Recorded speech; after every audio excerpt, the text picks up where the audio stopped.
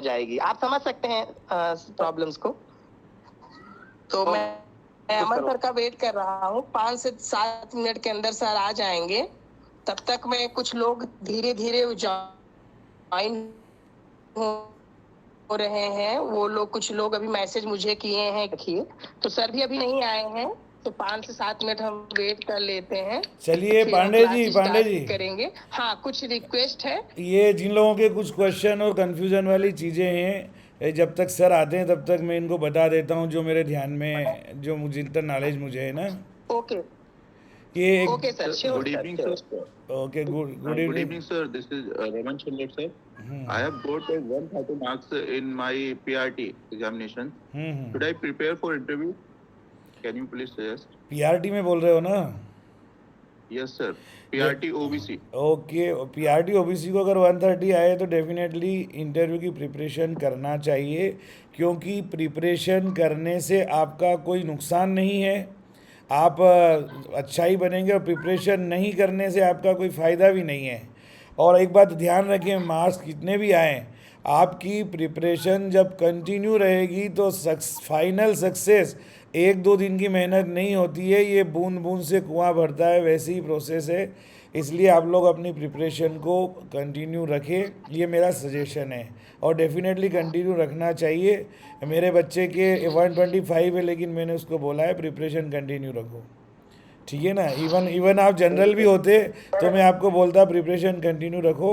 अब आप लोग 2 मिनट रुके, सुनिए, ये बहुत सारों के जो कन्फ्यूज़न का मैसेज भेजा है ना इन्होंने सर्टिफिकेट के बारे में, मैं 1-2 का क्लियर कर देता हूँ। ये कोई मोंटी गेस्ट है, इन्होंने भेजा है, सर मेरा पीएस सर्टिफिकेट में सरनेम है लेकिन सारे एजुकेशनल डॉक्यूमेंट में नहीं है, तो इसमें कोई दिक्कत नहीं होना चाहिए, कोई दिक्कत नहीं होगी। आप एक एफिडेविट चाहें तो बना के ले जाना। ऐसा रहता है कि पीएस सर कहाँ सरनेम रहता है, कहीं नहीं रहता है, तो आप अपना एक क्लेरिफिकेशन दे के एक एफिडेविट बना सकते हैं, वो लोग मानते भी है। और अगर आप उस सर्टिफिकेट में सरनेम चाहो या पीएस सर्टिफिकेट विदाउट सरनेम का चाहो, तो जो अथॉरिटी है उससे आप रिक्वेस्ट भी कर सकते हैं इसके लिए, और उसकी एक रिसिप्ट अपने पास रखें, फाइनली कुछ हो या ना हो। कुछ लोगों का ओबीसी सर्टिफिकेट के बारे में ये बड़ा आ रहा है, देखो अभी ये कोई मोहित नाम के व्यक्ति ने अपना वीडियो चालू कर लिया था, मार्कशीट में कुमारी ऐड हुआ है, आफ्टर मैरिज भी लगभग सभी मार्कशीट में कभी कोई ऑब्जेक्शन नहीं है, शादी के बाद भी कुमारी हो गया है तो कोई फ़र्क नहीं पड़ता है उससे, क्योंकि आपने शादी के बाद में अगर मैरिज सर्टिफिकेट के आधार पर नहीं करवाया है और अपने पिताजी का नाम चल रहा है तो चलेगा, लेकिन कुमारी के साथ अगर हस्बैंड का नाम है तो थोड़ा सा एक उस टाइप का क्लेरिफिकेशन दे के एफिडेविट बनाना चाहिए। OBC certificate format. हाँ हेलो सर, नमस्ते सर। बोलिए बोलिए। सर मुझे एक क्वेश्चन पूछना था। हाँ, मैं एक क्वेश्चन का आंसर दे दूँ ओबीसी सर्टिफिकेट का, उसके बाद आप पूछ लेना, है ना। प्लीज आप बीच में ना बोलिए मैडम, सर एक क्वेश्चन का आंसर खत्म कर रहे हैं, पहले उसको खत्म जो होने दीजिए, क्वेश्चन जो फिर आप ऑलरेडी query पहले कीजिए से ही मैडम। लोग हैं, आपके क्वेश्चन तो रोज चलते रहेंगे, हम रोज जवाब देते हैं, कोई प्रॉब्लम नहीं है। देखो, अदर बैकवर्ड कास्ट के लिए लोगों का बहुत ज़्यादा कन्फ्यूजन है। अदर बैकवर्ड कास्ट का सुन लीजिए ध्यान से, अदर बैकवर्ड कास्ट का जो सर्टिफिकेट होता है ना, तो उस सर्टिफिकेट के अंदर नीचे, सब लोग अपना म्यूट कर लीजिए, किसी बच्चे की आवाज़ आ रही है। सर मैं रिमूव कर दे रहा हूँ, 1 मिनट। हाँ सर, रिमूव कर दिए। सर आप नाम लिया करिए, मैं रिमूव करके ब्लॉक कर दूंगा सर। हाँ ठीक है सर। Okay okay. हाँ सर। तो मैं ये ओबीसी सर्टिफिकेट का बहुत बड़ा कन्फ्यूजन है लोगों को, ये बता रहा हूँ कि एक बार जो ओबीसी सर्टिफिकेट का प्रोफार्मा होता है एक सेंट्रल गवर्नमेंट का, उसमें एक ही चीज़ का डिफरेंस रहता है, बाकी सब सेम रहती है, और वो ये कि जो हर साल गवर्नमेंट की 2-4-5 साल में जो गज़ट नोटिफिकेशन होता है ना, उसका नंबर रहता है, तो जो लेटेस्ट नंबर है वो नंबर होना चाहिए, बाकी कुछ प्रॉब्लम नहीं है। एक चीज़। और प्रोफार्मा लगभग सेम है। जो इसके अलावा भी अगर आपको ज़्यादा प्रॉब्लम है तो केवीएस ने जो प्रोफार्मा दिया है उसी पे आप एसडीएम वगैरह के सिग्नेचर करवा लिए, लेटर नंबर दे दीजिए। पर आपका जो पिछला ओबीसी सर्टिफिकेट है उसका रेफरेंस एसडीएम ऑफिस में दे देते हैं वो लोग अपना नंबर डाल के, तो वो चलता है। एक आई वाली मामला है एनसीएल वाला, जो है नॉन क्रीमी वाला। तो इसमें जो लोग सैलरीड गवर्नमेंट पर्सन है, अगर उनका बेटा यानी जो भी कैंडिडेट है उसके पिताजी अगर ग्रेड 1 सर्विस में हैं और वो उस ग्रेड 1 सर्विस में 40 साल की एज के पहले आ गए हैं, तब आप नॉन क्रीमी लेयर में नहीं आएंगे। और अगर वो 40 साल की एज होने के बाद अगर आए हैं तो आपकी वेतन चाहे 20 लाख हो या 50 लाख हो, वेतन की आय को नहीं माना जाता, वो हमेशा नॉन क्रीमी लेयर में ही आएंगे।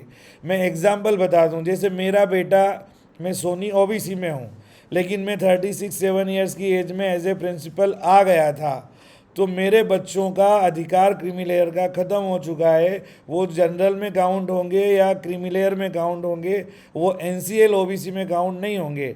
लेकिन मज़े की बात ये है कि चूँकि मेरे पिताजी मजदूर थे और मैं उनके ओबीसी के आधार पर नौकरी में आया, इसलिए मेरी आय चाहे कितनी भी हो, मैं हमेशा ज़िंदगी भर ओबीसी में रहूँगा। चाहे कोई भी एग्जामिनेशन दूँ मैं तो ओबीसी में ही माना जाऊँगा, ये नियम है।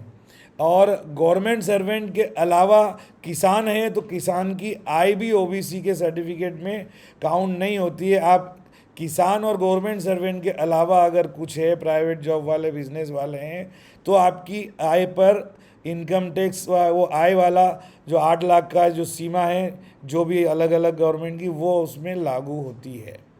ठीक है, तो इसमें ओबीसी में ज़्यादा टेंशन लेने की ज़रूरत केवल उनको है जिनके पिताजी गवर्नमेंट सर्विस में 40 साल से पहले आ गए हैं। ठीक है, और अगर 40 साल से पहले नहीं आए हैं तो आपके पापा की आय कितनी भी हो, आप ओबीसी में ही माने जाएंगे।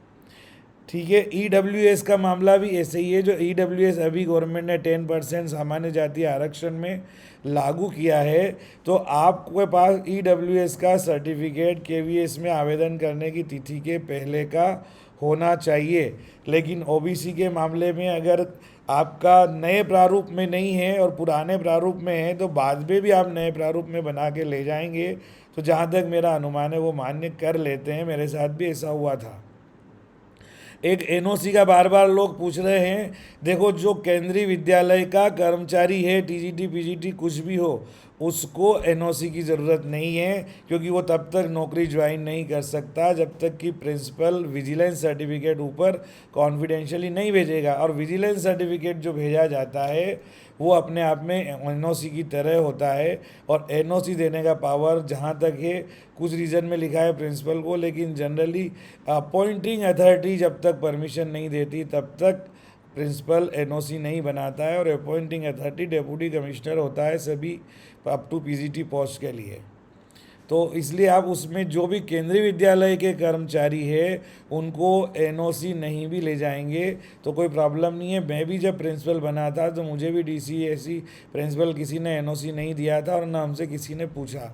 एनओसी अदर डिपार्टमेंट से मांगा जाता है। अपने ही डिपार्टमेंट में जो नौकरी के लिए आ रहा है उसकी सर्विस बुक जीवन भर वही रहेगी जो आप अभी जिस पोस्ट पे, उसी से वहीं से सब सारी चीज़ें चली जाएगी।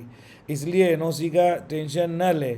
ओबीसी सर्टिफिकेट का एक गेस्ट है, ये रुचि गंगवार पूछ रही है 1 ईयर वैलिड होता है, बट जब मैंने फॉर्म फिल किया, नहीं 1 ईयर नहीं, सर्टिफिकेट में 3 साल का लिखा रहता है। विदिन 3 ईयर के अंडर का ओबीसी सर्टिफिकेट होना चाहिए। ठीक है, और 3 साल अगर निकल चुके हैं तो आप उसका भी एक बार आवेदन दे दो। बनाने में 2-4-5 दिन लगते हैं, 1 हफ्ता ज़्यादा से ज़्यादा बना देते हैं, और फिर भी नहीं बनता है तो जो है आप वो ले जाइए। और बनाने का जो आपने आवेदन दिया है ना, उस एप्लीकेशन की कॉपी आप साथ में ले जाएं, क्योंकि आपके इंटरव्यू के बाद भी फाइनल ज्वाइनिंग से पहले भी अगर कोई कागज़ कोई कमी रह जाती है तो अंडरटेकिंग ले लिया जाता है, बड़ी कोई बात नहीं रहती है। तो स्पेशली ओबीसी के बारे में और आपके कोई डिग्री वाली जो बात है, कुछ लोगों ने डिग्री के बारे में लिखा है, क्योंकि मार्कशीट के अलावा जो उपाधि पत्र मिलता है उसको डिग्री बोलते हैं। वो प्रोविज़नल भी मिल गया है तो आप उसे ले जाइए। और जिस संस्था से जिस कारण से नहीं मिला है परमानेंट वाला स्थाई डिग्री सर्टिफिकेट, तो उनसे एक लेटर लिखवा लीजिए कि इनको अभी इशू नहीं किया गया है, या अपना एक अंडरटेकिंग दे दीजिए। बहुत ज़्यादा इसके लिए तनाव लेने की ज़रूरत नहीं है। चलो ठीक है, ओके। और किसी को कुछ पूछना है तो पूछ लेना। हेलो हाँ सर, नमस्ते सर। हाँ, जल्दी बोलो। सर मेरा ये क्वेश्चन है कि सर EWS सर्टिफिकेट किस ईयर का मान्य होगा? अरे EWS सर्टिफिकेट का तो अभी 2-3 साल पहले तो लागू हुआ है ये इकोनॉमिकल वीकर सेशन का आरक्षण, तो उसके बाद का होना चाहिए। और केंद्रीय विद्यालय की जो नोटिफिकेशन निकली है उस डेट के पहले का होना चाहिए EWS का। और अगर पुराना है तो आप उसको इमीडिएट सर उसमें कुछ रिन्यू करो। फाइनेंशियल ईयर का रहता है। हाँ, तो हर फाइनेंशियल ईयर का रहता है ना, तो आपके पास पिछले फाइनेंशियल ईयर का है ना, नए का रिन्यू करवा लो उसको। वो तो 3 साल तक चलता है। हर फाइनेंशियल ईयर में लॉटरी तो नहीं लगती है कि एकदम इनकम इतनी हो जाएगी किसी की, ठीक है ना। अब जब आवेदन निकले थे केवी के तो फाइनेंशियल ईयर दूसरा था, अब बदल गया है, तो आप पहला वाला ही लेके जाइए और नए वाले के लिए आवेदन कर दीजिए और बन जाए तो बहुत अच्छी बात है। नमस्ते सर, मेरा एक प्रश्न है। हम्म जो ओबीसी सर्टिफिकेट की क्रूशियल डेट क्या रहेगी सर? कोई डेट है इसकी सर क्रूशियल? वो भी अरे क्या उसमें भाई नोटिफिकेशन से पहले की होनी नोटिफिकेशन में चाहिए? दिया है, देखो कुछ चीज़ें जो मैं आपको फिर बता दूं, मैं केवल सजेशन दे रहा हूं। केंद्रीय विद्यालय ने जो नोटिफिकेशन निकाला एडवर्टाइजमेंट के साथ में, उस नोटिफिकेशन वो फाइनल है, उसको आप देखिए। उसमें अगर लिखा है कि इस डेट के पहले का होना चाहिए तो उस डेट के पहले का ही होना चाहिए। नोटिफिकेशन में कहीं नोटिफिकेशन में मेंशन नहीं है। नोटिफिकेशन सर में लिखा था सर, लिखा था। नोटिफिकेशन में सर देखो, नोटिफिकेशन में ओबीसी सर्टिफिकेट का मेंशन नहीं है, जो हमारे एजुकेशनल डॉक्यूमेंट्स है उनका मेंशन है। Yes sir. ओके। अगर ओबीसी, देखो सुनिए, ये एक कॉमन सेंस की बात है कि अगर कोई ओबीसी नॉन क्रीमी लेयर है तो उसके पास आवेदन करते समय भी पुराना सर्टिफिकेट तो होगा ही होगा। बची बात हाँ, सर, पुराना है। हाँ, बस तो बची बात तो सेंट्रल गवर्नमेंट के फॉर्मेट में बनाने की, तो वो आप बाद में भी बना लोगे तो चलेगा, क्योंकि उसके पहले आप वैसे भी नहीं बना सकते थे, ठीक है ना। उसमें सर फॉर्मेट तो वही है, बस डेट का ही है। हाँ, कोई प्रॉब्लम नहीं है, आप रिन्यू करवाना चाहे तो करवा लो, फॉर्मेट वही है तो चलेगा। आप उनको बता दो, लेकिन सेंट्रल गवर्नमेंट का फॉर्मेट में उसमें ऊपर लिखा रहता है कि proforma of other back caste certificate to join government institution, ऐसा कुछ लिखा रहता है उसमें, ठीक है ना। Okay sir. वो चीज, वो लाइन होना चाहिए। यस सर ये वैसे सर पूरा डॉक्यूमेंट इंटरव्यू का टाइम लिस्ट चाहिए, आपको कितने के अलग से बुलाएंगे? आपकी आवाज़ क्लियर नहीं आ रही सर, बिल्कुल समझ नहीं पा रहा हूँ। सर ये करें जो सर पूरा डॉक्यूमेंट है वो इंटरव्यू का टाइम चाहिए या फिर उससे बाद में कभी टीवी के लिए बुलाएंगे? एकदम क्लियर नहीं हो रही आवाज़ यार, आधा आवाज़ सुनाई दे रहा है फिर गड़बड़ हो रहा है। हेलो हाँ सर। हाँ, बोलो, ये क्या, हेलो। बोलिए। पांडे जी सर आ सर, जाए तो मेरा बता TGT देना। हाँ, यस। Hello sir. बोलिए बोलिए बोलिए बोलिए। Sir hello sir. हाँ जी। सर मेरा टीजीटी इंग्लिश का है। टीजीटी इंग्लिश का है मेरा। तो हाँ। सर मुझे जैसे सिचुएशनल बेस्ड क्वेश्चन जो पूछते हैं ना इंटरव्यूअर, तो वो मैं उनको कैसे हिंदी में मतलब करूंगी, उनको मैं उनका जवाब हिंदी में अच्छे से दे सकती हूँ। सिचुएशन बेस्ड जो क्वेश्चन होंगे, जो मेरा टीजीटी इंग्लिश है जो मतलब सब्जेक्ट है वो तो मैं कर लूंगी, पर सिचुएशन बेस्ड वो मैं कैसे हैंडल करूंगी अगर वो मुझसे ऐसे कुछ टर्म्स ऐसे बोल देते जैसे इंग्लिश में। अगर कोई बात नहीं, इंग्लिश के जो टेक्सचुअल क्वेश्चन है वो इंग्लिश में आंसर देना है, जो आपके क्वालिफिकेशन और सिलेबस वगैरह से रिलेटेड है, टीचिंग से रिलेटेड है। सिचुएशन बेस्ड कोई क्वेश्चन पूछा जाता है तो आप थोड़ा सा 2-4 लाइन इंग्लिश में बोलकर उसको धीरे धीरे हिंदी में आ सकती है। और ऐसे मैंने देखा नहीं है जनरली कि इंग्लिश का भी इंटरव्यू होता है तो 100% इंग्लिश में नहीं होता है। सारे विद्वान धीरे धीरे उसमें लास्ट में हिंदी में आ जाते हैं, तो आपको कंफर्टेबल फील होगा, आप उसकी चिंता ना करो। क्योंकि जो 5 लोग रहते हैं उनमें से सब्जेक्ट एक्सपर्ट एक ही होता है, और जो सब्जेक्ट एक्सपर्ट होता आगे क्या है, करो? जो सब्जेक्ट एक्सपर्ट होता है वो आपका इंग्लिश में जरूर चार हो गया। ये आरजी कौन है भाई? आरजी आप अपना आरजी नाम से रुचि गंगवार, आपका आपके ये आवाज़ आ रही है, आप अपना म्यूट कीजिए, ठीक है ना।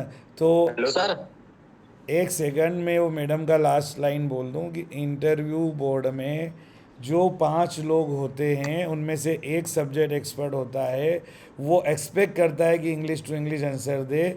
बाकी 4 लोग जो होते हैं वो अदर डेजिग्नेटरी होते हैं और वो आप उनका आंसर हिंदी में भी देते हैं तो चल जाता है। तो इसके लिए बहुत ज़्यादा, हेलो सर। और एक बार फिर मैं बता दूं, आपका कॉन्फिडेंस चेक होता है। आपने कुछ क्वेश्चन का आंसर हिंदी में भी दे दिया ना, तो कोई बड़ी बात नहीं है, लेकिन कॉन्फिडेंस देखते हैं वो, तो ये देखते हैं कि ये व्यक्ति जो है कितना कॉन्फिडेंट है और कितना डेडिकेटेड है और इसका नॉलेज एक्चुअल में कितना है।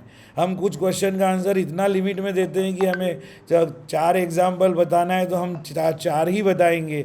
अगर हमें 8-10 याद है और बताना ईजी है तो पता लगता है कि हमारी सब्जेक्ट पे कितनी कमांड है। ठीक है ना? Okay, thank you sir. Sir मुझे एक क्वेश्चन पूछना था। सर मैंने जो है, मैं पीआरटी से हूँ, मेरे 133 है मार्क्स। सर मुझे ये पूछना है कि मैंने जो है ना 12th प्लस 2 ईयर डिप्लोमा में मैंने भरा था एग्जाम फॉर्म।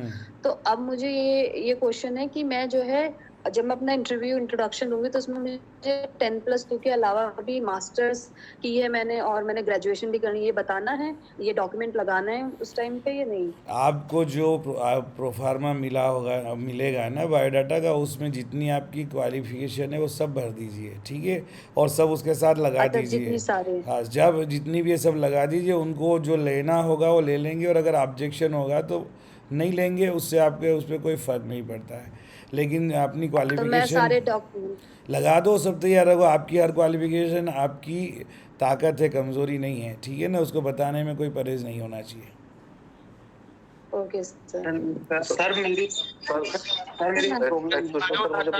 अपनी तरफ से कुछ ऐड कर सकते हैं? जो दिया हुआ है वही ऐड करें? अरे भाई, जो आपने पहले दिया हुआ है उसके अलावा भी अगर आपके पास कोई क्वालिफिकेशन है और आपके आवेदन की तिथि के पहले की, तो आवेदन के तिथि के पहले की क्वालिफिकेशन को आप जो भी अचीवमेंट है उसको ऐड कर देना चाहिए, जो बायोडाटा फॉर्म वो देंगे उसमें। और उसके बाद वो कोई लेते हैं तो ठीक है, नहीं लेते तो कोई बात नहीं, ठीक है? सर अपने इंट्रोडक्शन में दे सकते हैं? हाँ? हेलो सर, इंट्रोडक्शन देते समय कितना समय लगभग होना चाहिए? मैक्सिमम 1.5 मिनट और minimum 1 minute. Yes sir. 1 minute तो लगना चाहिए। नमस्ते सर। हेलो सर, नमस्ते। ये हम जो कुछ भी बता रहे हैं ये अपने अनुभव ज्ञान के आधार पे बता रहे हैं, रूल्स रेगुलेशन का इससे कोई रिलेशन नहीं है, ठीक है ना? आप इसको कहीं ये कोड ना करें कि हमने कोई किसी प्रामाणिक एथेंटिक पर्सन होने के नाते बताया है। ये सारे प्रयास हमारे आप लोगों की हेल्प करने के लिए है। बताइए सर, मैं अपना सर एक क्वेश्चन पूछना था मुझे, उसके रिगार्डिंग अपडेट बनवा सकते हैं क्या? क्या बोल रहे हैं? एक बार में सर एक बार में या तो एक ही व्यक्ति बोले या फिर आप अपना मैं अपना जून 2022 में बनवाया था, लेकिन वो डॉक्यूमेंट में नहीं रहा सर, तो उसके रिगार्डिंग क्या हम अपडेट बनवा सकते हैं क्या? आपको बनाना है तो बना सकते हैं, लेकिन जून 22 में बनाया था तो वो लागू होना चाहिए ना, उसमें क्या प्रॉब्लम है? सर वो मिल नहीं रहा है। अरे उसका फोटो का भी कुछ तो होगा। आज के ज़माने में हर चीज़ की जो भी कॉपी और डॉक्यूमेंट है, आप फ़ोटो खींच के ईमेल पे, गूगल ड्राइव पे सेव करके रखिए, रखना चाहिए। नहीं मिल रहा है तो जहाँ से बनवाया था, जिस ईयर में बनवाया था, वहाँ से जाके कॉपी निकलवा लो। सर जैसे मैं ऑनलाइन कवि सम्मेलन ऑर्गेनाइजर हूँ, तो क्या ये चीज़ मैं अपने इंट्रोडक्शन में ऐड कर सकता हूँ या नहीं? क्या मुझे करना चाहिए या नहीं? क्या आपका पूरा नाम क्या है? सर रमन छिल्लर। कहाँ करते हो आप ये ऑर्गेनाइज? ये सर ऑनलाइन में करता हूँ। चलो ऑनलाइन करते हो, ठीक है। ऑनलाइन करते हो तो आप ये काम, ये आपकी एक जो एक्स्ट्रा हॉबी या वो है, उसमें दे सकते हैं। अचीवमेंट, अगर आपको इसके लिए कोई पुरस्कार मिला है तो वो अचीवमेंट में आएगा, लेकिन ये आपकी हॉबी है या आपकी एक्स्ट्रा क्वालिटी है, या इसके रूप में आप बता सकते हैं। ठीक है ना। सर ये बताना बेनिफिशियल होगा या नहीं सर, मैं ये जानना चाह रहा था। बेनिफिशियल होगा या नहीं होगा ये तो आपके पूरे ओवरऑल इफेक्ट पे पता चलेगा कि कवि सम्मेलन आप ऑर्गेनाइज करते हो तो आपका कविता का प्रदर्शन और व्याख्या जब आप वहाँ पे बढ़िया से कर पाएंगे तब तो डेफिनेटली बेनिफिशियल होगा। लेकिन हम अच्छे कवि होकर भी और क्लास 6 की कविता का अगर वहाँ व्याख्या नहीं कर पाए या उनको समझा नहीं पाए तो फिर बेनिफिशियल कैसे होगा, ये वाली बात है। बहुत सारे कवि रहते हैं जिनकी किताबें छप जाती है 2-4, लेकिन वो जो किसी दूसरे कवि की कविता है उसका भावार्थ नहीं समझ करके उसकी व्याख्या नहीं कर पाते हैं, तो ये चीज़ एक अलग प्रभाव डालती है। ठीक है ना जी। नमस्ते सर। हाँ नमस्ते सर। का भी मार्कशीट लगाना होगा क्या? काय का? Hello sir. नमस्ते सर। सर मैं जानना चाह रहा था कि देखो दोनों दो आवाज़ एक साथ मिक्स हो रही है। जो मैडम बोल रही है इनको पहले बोल लेने दो, क्या बोल रही है? हेलो सर, डीलेट का मैं पीआरटी से हूँ, तो डीलेट का फर्स्ट ईयर का भी मार्कशीट लगाना होगा क्या? लगा देना चाहिए, आपको परेशानी क्या है, लगाना ही चाहिए। ठीक है, वैसे ऐसे सेकंड ईयर की में नंबर होते हैं लेकिन लगा देना उचित रहता है। Okay sir, thank hello sir. एक बार में एक ही बोलिए भाई। सर अगर सीटेट जो है वो ओबीसी से पास किया 120 मार्क्स से और केवीएस का फॉर्म यूआर से भर दिया है, तो सर केवीएस में ये ओबीसी का सर्टिफिकेट दिखाना होगा क्या? आप क्या सीटेट में आपका ओबीसी की क्वालिफिकेशन है क्या? सीटेट के मार्क्स ओबीसी वाले हैं जनरल के? सर आपका माइक खोल रहा है। हाँ बताइए। ओके मैं पूछ रहा था, बोले थे ना कि फिर से क्वेश्चन बोलिए सीटेट वाला अपना। सर बोले थे ना कि सीटेट में 120 मार्क्स है, वो मैंने ओबीसी का फॉर्म डाला था, ओबीसी से भर दिया था, और केवीएस का फॉर्म मैंने यूआर से भरा है, तो अब यहाँ पे ओबीसी का सर्टिफिकेट दिखाना होगा क्या? देख ओके, एक मिनट सुनो, कोई बात नहीं उसमें हम सर आज एक मिनट मैडम म्यूट रखिए। मैं यहाँ पे इस समय दो प्राचार्य उपस्थित हैं। ये सौभाग्य की बात है कि प्राचार्य श्री अमन गुप्ता सर और प्राचार्य श्री नंदकिशोर सोनी जी, और आप लोगों की सेवा के लिए जब भी बात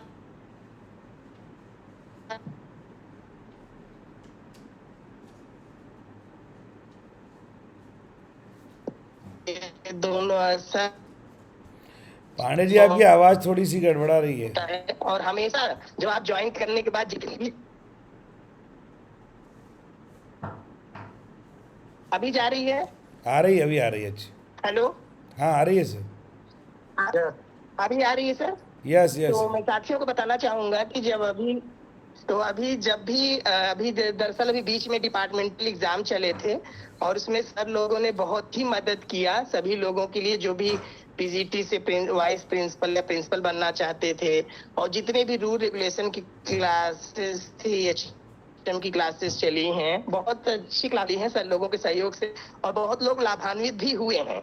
और इस तौर पे मैं बहुत ही खुशनसीब मानता हूं अपने आप को कि मुझे आज तक मिलने का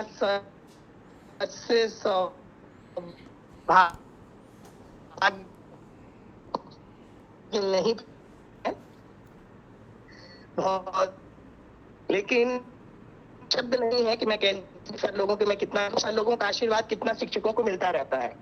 इसी क्रम में सर जो भी कुछ क्वेरीज हैं, अभी सर आपकी अनुपस्थिति में नंदकिशोर सोनी सर जो है कुछ क्वेरीज के आंसर दे रहे थे, तो चूंकि आपका थोड़ा सा लेट हो गया, मैसेज मिल गया था, तो सर ने आंसर देना शुरू किया कि हाँ, ताकि जो लोग जुड़े हुए हैं उनको थोड़ा समस्या का सामना न करना पड़े। तो सर मैं इसको मतलब एक डिसिप्लिन के तौर पे मैं एक सभी पार्टिसिपेंट से निवेदन करूंगा, आप रेज योर हैंड करेंगे। जब आप रेज योर हैंड करेंगे जिसके क्वेरी है, तो मैं क्रम से सीरियल वाइज नाम बोलता जाऊंगा, लेकिन एक चीज ध्यान देंगे कि जब फर्स्ट के आंसर खत्म हो फिर आपका, मैं जब नाम बोलूंगा तभी आप आंसर करेंगे, नहीं तो अदरवाइज आपको रिमूव कर देंगे, अदरवाइज आपको ब्लॉक कर देंगे। क्योंकि डिसिप्लिन ये फर्स्ट प्रायोरिटी है, चाहे आप केवी में हो या केवी में नहीं हो, लेकिन अगर केवी से आप इंटरेक्ट करते हैं तो आपको डिसिप्लिन में रहना पड़ेगा।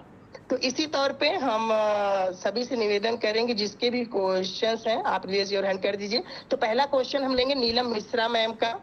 नीलम मिश्रा मैम पूछिए। नीलम मिश्रा मैम, आपने रेज योर हैंड किया है, आपके कोई क्वेश्चन है प्लीज पूछिए। एक्चुअली मैंने अभी अभी सर से पूछ लिया है। अच्छा okay okay, raise your hand हटा दीजिए मैम। जब आपके क्वेश्चन खत्म हो जाए तो आपका जो वो है उसको रिमूव कर दीजिए ताकि यहाँ शो ना हो मैम। Thank you. और नेक्स्ट है गौरव। गौरव सर। गौरव सर।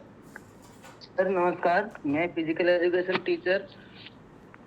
सर मैंने फिजिकल एजुकेशन टीचर। सर मेरी क्वेरी ये है कि मैं एक प्राइवेट जॉब करता हूँ, तो सर जो मेरा एक्सपीरियंस लेटर होगा क्या उसको मैं वहाँ पे दिल्ली प्रीति बिहार से सिग्नेचर या वेरीफाई करा के लाना होगा सर?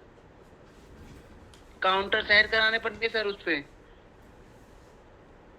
नहीं, केवी में काउंटर साइन की जरूरत नहीं है अगर आपके स्कूल का एक्सपीरियंस सर्टिफिकेट है, क्योंकि केवी में आपके एक्सपीरियंस के अलग से मार्क्स नहीं है। ठीक है, वो आपको इंटरव्यू में पॉजिटिव पॉइंट बन सकता है अगर आप आते आपका एक्सपीरियंस है और आपसे क्वेश्चन पूछे गए, आप उस एक्सपीरियंस को अगर प्रूव भी कर देते हैं अपने आंसर से, तो क्या आपके आंसर पता लग जाएगा कि आपने उस पर काम किया या नहीं किया। ठीक है, तो अगर आपका एक्सपीरियंस है और आप अपने आंसर से उसको पॉजिटिवली प्रूव कर पा रहे हैं तो वो चीज पॉजिटिव बन जाती है। अगर आपने एक्सपीरियंस दिखाया और आपको पता ही नहीं आपने क्या काम किया या आपका एक्सपीरियंस कई लोग जब बनवा भी लेते हैं तो वो चीज नेगेटिव बन जाती है। ठीक है, तो केवी में आपके एक्सपीरियंस सर्टिफिकेट को काउंटर साइन की जरूरत नहीं है, तो क्योंकि इसके अलग से मार्क्स नहीं है। जैसे हरियाणा स्टेट में आप जमा करते हैं ना, उसके मार्क्स होते हैं, 6 मंथ का 1 पॉइंट होता है, तो उसमें वो डीओ के साइन मांगते हैं। Thank you sir. Okay sir, next question पे चलते हैं। मैं सबको बोल दूं कि आप अपना परिचय या गुड इवनिंग बोलेंगे तो टाइम ज्यादा होगा, 1 आवर की हमारी लिमिट है। हम चाहते हैं ज्यादा से ज्यादा सर से क्वेश्चन ले सकें। प्लीज आप डायरेक्ट क्वेश्चन पूछेंगे और आप संतुष्ट हो जाते हैं तो ओके बोलेंगे ताकि हम अपना अगला नाम ले सकें। नेक्स्ट नेम सुशांत राज सर, तुरंत क्वेश्चन पूछिए सर। सुशांत राज सर वो सीटेट में ना 120 मार्क्स है, लेकिन वो फॉर्म जो था वो ओबीसी से भरा हुआ था और केवीएस का फॉर्म जो है वो मैंने यूआर से भर दिया है। तो यहाँ पे केवीएस में ओबीसी का सर्टिफिकेट दिखाना जरूरी है क्या? देखिए, केवी के पास आपका फॉर्म आएगा जो आपने भरा है, उसमें आपने यूआर लिखा हुआ है तो यूआर क्यों मांगेंगे आपको? अगर आप सीट नहीं होता कि आपके 85 नंबर है, आपका नंबर 90 से कम है और आप वो क्लेम कर रहे हो कि ओबीसी के कारण आपको 5% का जो छूट मिलती है वो मिले, तब आपको दिखाना पड़ता है। आपका नंबर जनरल 120 है तो कोई प्रॉब्लम नहीं है और फॉर्म भी आपने यूआर से बिल किया है। ठीक है sir, thank you sir. Okay, Gayatri ma'am, Gayatri ID से प्लीज क्वेश्चन पूछिए। गायत्री आईडी से है कोई? चलिए शायद नेक्स्ट है आशीष। पवन आईडी पवन नंदकिशोर सर, वैसे मैं आपको दे रहा हूँ, अगर आपको लगता है मैं कहीं पे कुछ करेक्शन की जरूरत है तो आप प्लीज बोल दीजिएगा। हाँ सर, अरे यस सर। हाँ, एक तो सर पहले तो आपको नमस्कार सर जी। मैं अभी ऑफिस में ही बैठा कुछ काम निपटा रहा था, है ना। मुझे कहीं ऐसा लगेगा तो मैं बता दूंगा, वैसे कोई प्रॉब्लम नहीं है, आप बढ़िया समझा रहे हैं सर। ओके, नमस्कार सर। नमस्कार। Thank you sir. क्वेश्चन पूछिए आशीष सर।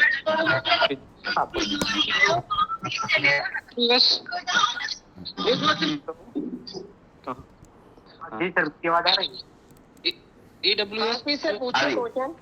हाँ सर, बोल रहे हैं। AWS का सर सर्टिफिकेट है, तो उसमें सर हमने कचहरी से ऐसे बनवाया था, तो उसमें फॉर्मेट तो सेम है सर जो केवीएस का दिया हुआ है, लेकिन हिंदी में है, तो क्या उससे कोई दिक्कत तो नहीं होगी? या कुछ लोग कह रहे हैं कि जो केवीएस में फॉर्मेट दिया हुआ है वेबसाइट पे उसी को ही अटेस्टेड करवाना है निकलवा के डीएम या देखिए अगर वो हो जाता तो बहुत बढ़िया है, पर आपने बनवा रखा है क्योंकि जो आपने फॉर्म फिल किया था है ना, उस टाइम तो कुछ सर्टिफिकेट था नहीं आपके पास, मतलब कोई केवी का फॉर्म था नहीं आपके पास, तो आपने अपना बनवाया हो ना जिसके बेस पर अप्लाई किया है, तो वो तो अपने पास रखिए। अगर आप केवी का बनवा सकते हैं तो बहुत बढ़िया, नहीं तो कोई दिक्कत नहीं है क्योंकि लैंग्वेज सेम होनी चाहिए। बेसिकली हमें क्या है, मतलब चाहिए कि आपकी इनकम इस लेवल के अंदर आ रही है या आप जो सर्विस है आप उसको फुलफिल कर रहे हो, ठीक है, तो इतना खास फर्क नहीं पड़ता। अगर है बनवा सकते हो तो बहुत अच्छी बात है, एक चीज एक्स्ट्रा हो लेगी कोई नुकसान नहीं होगा। Okay sir. ओके, नेक्स्ट है जीआर सेनवार करके है कोई आईडी से, GR Senwar, GR Senwar, hello GR Senwar ID से। हेलो कितनी मिनट करके जाए? सर हाँ सर, क्वेश्चन पूछिए। ओके नेक्स्ट चलते हैं, शायद आवाज नहीं। रेखा आईडी, रेखा आईडी से, रेखा आईडी से कोई है क्वेश्चन पूछना? हाँ मैडम पूछिए। जी सर, हाँ मैंने बीएड और एमए एक ही एकेडमिक ईयर में कर रखी है, एक तो रेगुलर यूनिवर्सिटी से और एक मैंने ओपन यूनिवर्सिटी से कर रखा है सर, तो इससे कोई प्रॉब्लम नहीं होगी ना? सेम ईयर में मैडम 2 डिग्री अलाउड नहीं है। आपने बीएड और एमए दोनों की है ना, क्योंकि एक आपका डिस्टेंस एजुकेशन है पर 2 चीज अलाउड नहीं है। वर्धमान खुला विश्वविद्यालय से किया है सर मैंने एमए। मैं समझ नहीं दिखा सकते। पहले एक बीच रूल आया था कि एक डिप्लोमा और एक डिग्री, अगर आप एक हॉस्पिटल कर रहे हैं तो दिखा सकते हैं, पर आपकी दोनों डिग्री है। 2 डिग्री का अभी जाके रूल है, उससे पहले कोई रूल नहीं था, तो आप नहीं दिखा सकते। हेलो हेलो सर एक खुला विश्वविद्यालय से और एक दूसरी विश्वविद्यालय से, राजस्थान विश्वविद्यालय से, और एक खुला। एक साथ 2 डिग्री नहीं कर सकते। हेलो सर, लेकिन लेते हैं हेलो रेखा मैम, रेखा मैम आप मुझसे बात कर लीजिएगा, आपको इस टॉपिक में विस्तृत समझा देंगे प्लीज। मैम आगे क्वेश्चन ले लेते हैं। सीनू आईडी से, सीनू देवी, सीनू देवी आईडी से। हाँ मैम, मेरा क्वेश्चन ये है कि मेरी ग्रेजुएशन सर 2014 में हो गई थी, उसके बाद मैंने 2 साल वैसे कुछ नहीं किया हुआ है, फिर उसके बाद 16 से 18 में मेरी बीएड हुई, उसके बाद मैंने 2 साल फिर नहीं किया कुछ भी। तो मैं इंटरव्यूअर के सामने कैसे अपनी ये बात बताऊंगी कि मैंने ये गैप इतना कैसे दिया हुआ है, कैसे प्रेजेंट करूं मैं इसको अच्छे से वे से कि मैंने क्या किया उसके बीच में? मैंने कोई रीजन था जो आपने नहीं किया? नो सर, ऐसे तो कोई रीजन नहीं है। जैसे घर की कुछ प्रॉब्लम्स होती हैं छोटी मोटी, वो तो होती है, लेकिन मैं उनको कैसे प्रेजेंट करूं कि वो अच्छा रहे मेरा आंसर? आप रियलिटी बता दीजिए कि मैं घर में तैयारी कर दी, घर में कुछ प्रॉब्लम थी तो मैं नहीं कर पाई, क्योंकि इस बात को आप इसको ज्यादा घुमाएंगे ना, वो बात गलत हो जाएगी, फिर उसका कोई और को सब पूछ लेंगे तो आप फंस जाएंगे। तो बेहतर है ये मैडम, ये कोई जरूरी नहीं है कि हर आदमी हर टाइम नौकरी करे, है ना, तो आपने नई जॉब की कोई नहीं करनी हो तो कोई प्रॉब्लम नहीं होती है। ये नेगेटिव नहीं है कि आपने काम किया। यस सर, मैंने 2 साल तो जैसे मैंने 2 साल के गैप के लिए मैंने कोई रीजन बता दिया, फिर बीएड के बाद मैंने 3 साल का गैप दिया, तो उसके लिए से क्या मतलब रीजन, मैं बार बार रीजन ही बताती रहूंगी जैसे उनको, तो ऐसा बुरा तो नहीं लगेगा? नहीं, कोई रीजन नहीं है, वैसे बता सकते हो मैंने जॉब नहीं की, नहीं करनी थी उस टाइम। ये कुछ कंपल्सरी नहीं है कि हर बंदा हर टाइम जॉब करे।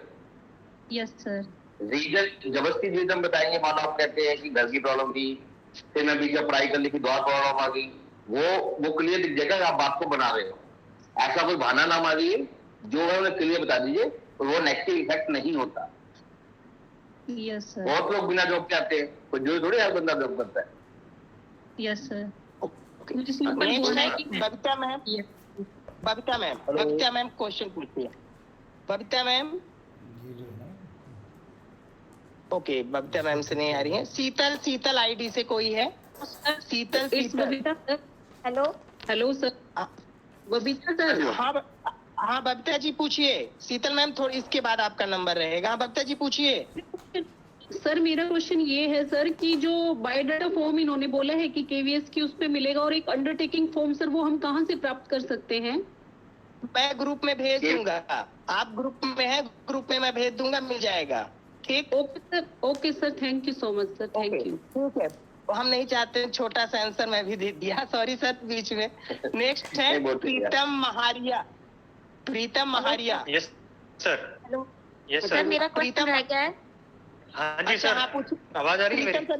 प्रीतम सर एक मिनट, हाँ मैडम आप पूछ लीजिए पहले, प्रीतम सर इसके बाद। हाँ पूछिए मैडम। सर मैंने बीएड की मार्कशीट में फादर नेम करेक्शन कराया है, जिससे जो मेरी अपडेटेड मार्कशीट है उसमें इशूड डेट केबी के फॉर्म के बाद की आई है। तो क्या इससे डीबी में कोई इशू होगा कि आपकी जो मार्कशीट है वो इशू डेट मतलब फॉर्म की डेट के बाद इशू हुई है? पुराने वाले की कॉपी आपके पास? हाँ जी सर। हाँ, वो कॉपी लेके जाना और उनको दिखा देना कि आपने लेटर में लिखा होगा ना, उसको ठीक कराने को कोई तो फॉर्म फिल किया होगा। हाँ जी सर। हाँ, तो वो ले जाना, वो पुराने वाले दिखा देना कि पहले ये था तो मैं इसको चेंज करवाया था, वो चेंज होके बाद में ये डेट आई। अच्छा okay sir, thank you sir. Pritam sir पूछिए। हाँ जी सर। सर मैंने हटाते जाएंगे, जिनका होता जाएगा रेज योर हैंड हटाते जाएंगे। जी सर, मेरी आवाज आ रही है सर? हाँ जी आ रही है। सर मैंने टीजीटी डब्ल्यूई से एग्जाम दिया था।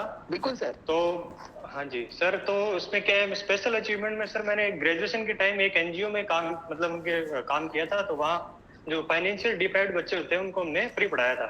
तो सर क्या मैं इसको स्पेशल अचीवमेंट में मेंशन कर दूं, और करूं तो इसके लिए कोई सर्टिफिकेट चाहिएगा सर?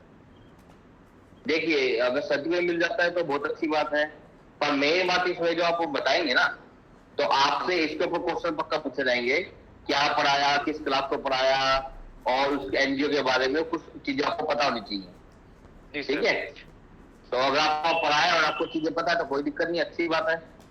सर मैंने 1 to 10th क्लास के बच्चों तक पढ़ाया है, मतलब बेसिक साइंस पढ़ाई है। देखिए, जो भी पढ़ाए किसी भी एनजीओ में जाते हैं, एक उनका सिस्टम होता है ना, कि आप उससे कैसे जुड़े, या आपने वहां के किस तरीके पढ़ाते थे, वो सब आपसे पूछ सकते हैं। तो वो आपके क्वेश्चन रेडी होने चाहिए, और अगर वो एनजीओ लिख के देता है तो उससे बढ़िया बात ही कोई नहीं है। अगर एनजीओ आपको सर्टिफिकेट दे देते कि यहाँ पढ़ाया इन्होंने या यहाँ पे काम किया है, एप्रिसिएशन भी देता है, अपने लेटर भी, तब भी चल जाएगा। तो सर वो इंटरव्यू रूम में चेक होता है कि सर्टिफिकेट अगर मिल जाता है तो? हाँ, अगर आप लिख रहे हो तो आपको पूछ सकते हैं ना। अच्छा अच्छा सर, इसमें स्पेशल अचीवमेंट में मेंशन कर दूंगा, कोई दिक्कत तो नहीं है सर? क्योंकि और कोई मतलब अचीवमेंट तो है नहीं मेरे पास। कोई दिक्कत नहीं है, बट आपको उसके बाद पता होना चाहिए। हाँ सर, पता तो है, वैसे कोई दिक्कत नहीं है, उसको बढ़ाया। हाँ, ऐसा ना हो जैसे अभी मेरे स्कूल में एक इंटरव्यू में तो उन्होंने अपना बताया था कि एनजीओ पढ़ा रहे थे, पर वो बता नहीं पाए कि कितनी क्लास का किस हिसाब से पढ़ा रहे हैं, तो ऐसा ना हो। सर ये तो पता है सर, एनजीओ मतलब किस टाइप का, क्योंकि मैं उसमें पढ़ाया है मैंने 2 साल, पर किस टाइप के क्वेश्चन बोल सकते हैं सर? एक थोड़ा ब्रीफ आइडिया मिल जाता है। किस टाइप की चीज पढ़ाई है, क्या पढ़ाया है, कि कैसे लोग, कितने लोग पढ़ाते थे या कैसे पढ़ाते थे, इस टाइप की चीजें आएगी जो आप काम के उससे रिलेटेड आएगा। ठीक है, तो आप दे दीजिए, कोई दिक्कत नहीं है, अच्छी बात है। ठीक सर, यही क्वेश्चन था सर। ओके, नेक्स्ट नाम लेते हैं। मैं साथियों को बता दूं, अगर आप क्वेश्चन ज्यादा लंबा करेंगे तो आपके ही दूसरे साथियों का नंबर नहीं आ पाएगा, क्योंकि बेल लगने लगी है, थोड़ी देर और क्लास चल पाएगी। नेक्स्ट है एस गेस्ट करके है कोई आईडी से, S guest. Hello S guest. हाँ मैडम पूछिए। जी सर, सर मेरा EWS सर्टिफिकेट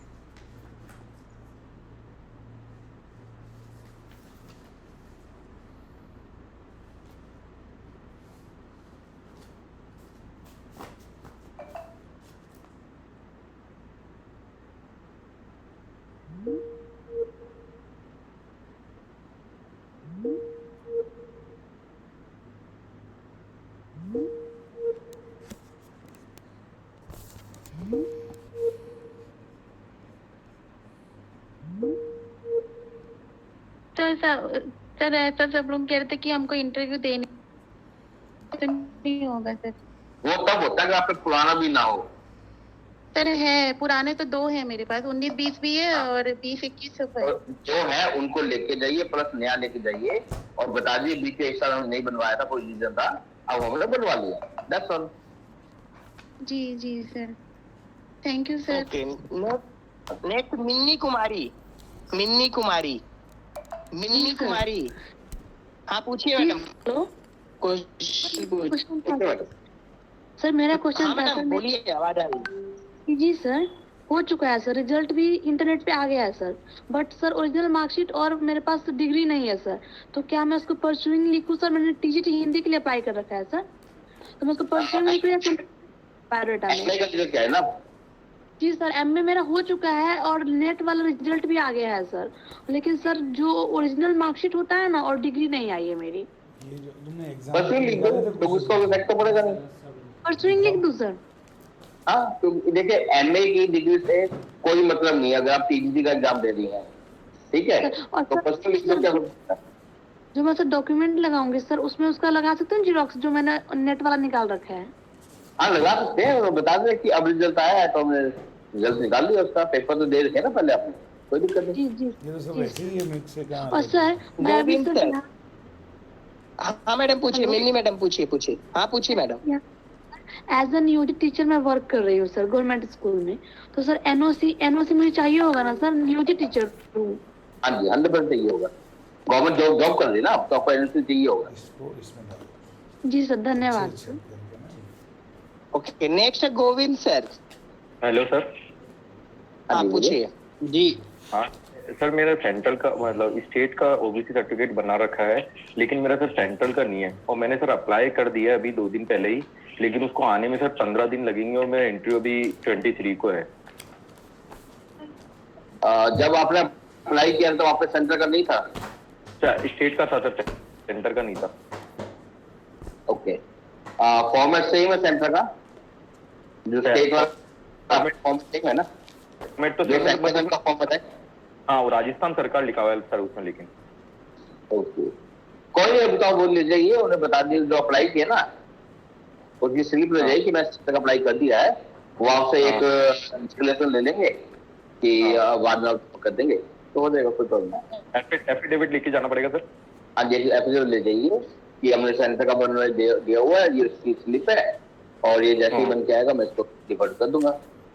वैसे तो सर ने बोला कि 3-4 दिन में आ जाएगा, तो कोई प्रॉब्लम नहीं बोला तो है उन्होंने, लेकिन टाइम लग जाए तो कोई ये तो मैं नहीं बता सकता, अगर आज तो वेल एंड गुड तो ले जाना, नहीं आए तो एफिडेविट ले जाना। ठीक है सर। सर इंटरव्यू तो हो सकता है? इंटरव्यू तो है? हाँ इंटरव्यू हो जाएगा, तो स्टेट पर आई ना आपके पास, ओबीसी का तो आई। Yes sir. OBC non criminal certificate आपका? हाँ सर। ओके, नेक्स्ट क्वेश्चन लेते हैं। अच्छा मैं किसी का नाम, एक मिनट सर, अगर बाय द वे मैं किसी का नाम गलत पढ़ लूं तो मुझे क्षमा करिएगा, क्योंकि जो स्पेलिंग लिखी है मैं वही पढ़ रहा हूं। अगर बाय द वे किसी का गलत प्रोनाउंसिएशन मुझसे हो जाए तो I am so sorry. Next है जय शकलन आईडी से कोई है? हाँ जी, गुड इवनिंग सर। सर मेरा अभी नेक्स्ट वीक में टीजीटी डब्ल्यूई का इंटरव्यू है सर, तो मैं सर उसके रिगार्डिंग सर थोड़ी गाइडेंस चाहता हूँ आपसे, टेक्निकल पार्ट्स में जो डेमो होगा उसके रिगार्डिंग अगर आप मुझे कुछ गाइड कर सके तो सर। एक काम कीजिए, उसके लिए आप या तो मेरे को ना 1 घंटे में कॉल कर लीजिएगा, मैं नंबर ले लेना पवन से, ठीक है? क्योंकि इस टाइम थोड़े डॉक्यूमेंट्स के डाउट क्लियर कर लें, क्योंकि ये सेशन 1 घंटे अपना खत्म हो जाएगा, है ना? ओके सर, तो उसमें आपको लंबा टाइम लगेगा। मैं नंबर दे दूंगा, ठीक है? जी Pawan sir, thank you sir. Next है Anand Yadav sir. Anand Yadav. Good evening sir. मेरा इंटरमीडिएट के बाद 3 ईयर गैप में मेडिकल की प्रिपरेशन कर रहा था सर, मैं बोल रहा हूँ। तो मेडिकल की प्रिपरेशन कर रहा था, कोई खास उसमें परफॉर्मेंस नहीं हुआ, फिर बीएससी कर लिया, तो मेरा वो 3 ईयर गैप है, तो ये मैं कैसे बताऊंगा और इसका क्या इम्पैक्ट पड़ेगा? सर अभी मैं एक मैडम ने भी सेम क्वेश्चन पूछा था, उनका भी गैप था। गैप से कोई इफेक्ट नहीं पड़ता अगर आपके पास उसका जस्टिफिकेशन है या आप उस टाइम जॉब नहीं कर रहे, तो कोई इफेक्ट नहीं पड़ता। दिक्कत तब आती है जब उस चीज को हम झूठ बोल के कुछ और बताते हैं कि मैं कहीं पे ऐसा काम कर लिया, प्राइवेट काम कर लिया, अपना बिजनेस कर दिया, कुछ भी हम गलत बोलते हैं, तब हम लोग